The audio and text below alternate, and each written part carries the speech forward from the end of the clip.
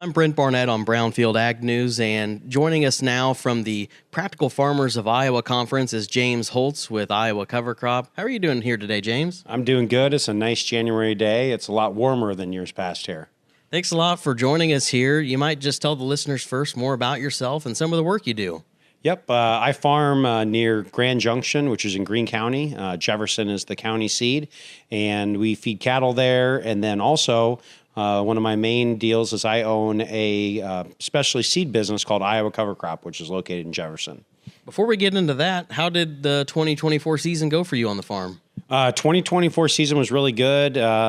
Yields were phenomenal, and cattle prices are really good going in 2025, so we're pretty excited about that.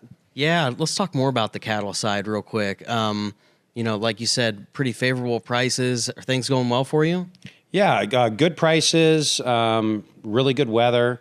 We graze a lot of our cover crops on our farm, and so that's worked really good because we have not that much snow cover, and we got a lot of rain in November, so those cover crop seeds are really coming up well. What are feed costs like for cattle farmers right now?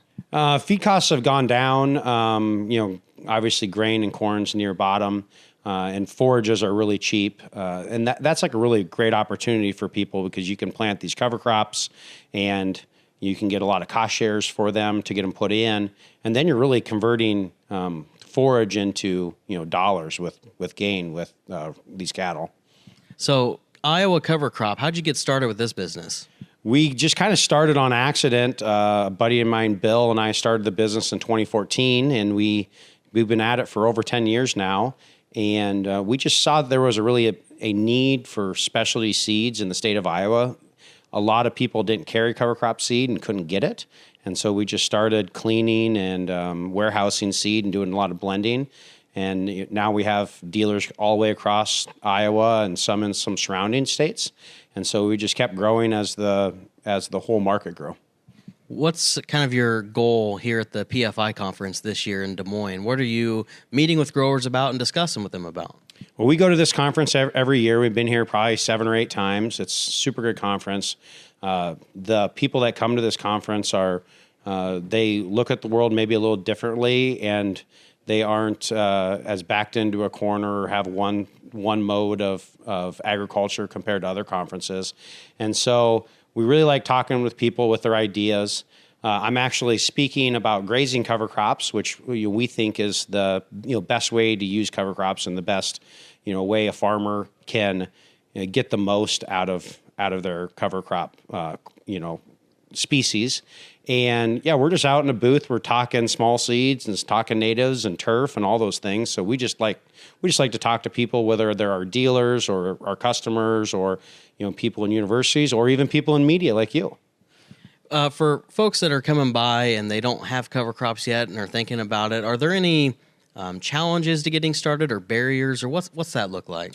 Yeah, there are some challenges and barriers. It's definitely a paradigm thought, a thought different on your farm. We have been such accustomed for the last almost 100 years now that we have to make everything black, and we do a lot of tillage to get ready for the next crop. And that's kind of, in the grand scheme of agriculture, like that's pretty new cultural phenomenon. Cover crops have been around, for a long time. We look at publications from the early Iowa State College where they talk about cover crops and what old is new and cover crops are new, but it's not like this is really any changes in agriculture like it have been. So we like to talk to our farmers about the challenges that each farm represents and their unique goals and challenges, and really help them to have a successful cover crop on their farms. What have you learned along the way in this venture with Iowa Cover Crop? Well, they don't have Seed Company 101 if you go anywhere. So we're learning how to run a seed company, which is, it seems easy when you put it on a piece of paper, but when you get into it, the testing, the seed laws, all that. So we've learned a lot on there. And then we've learned a lot about different seeds and seed families and how they interact on farmers' primary crop, which for here is corn and soybeans.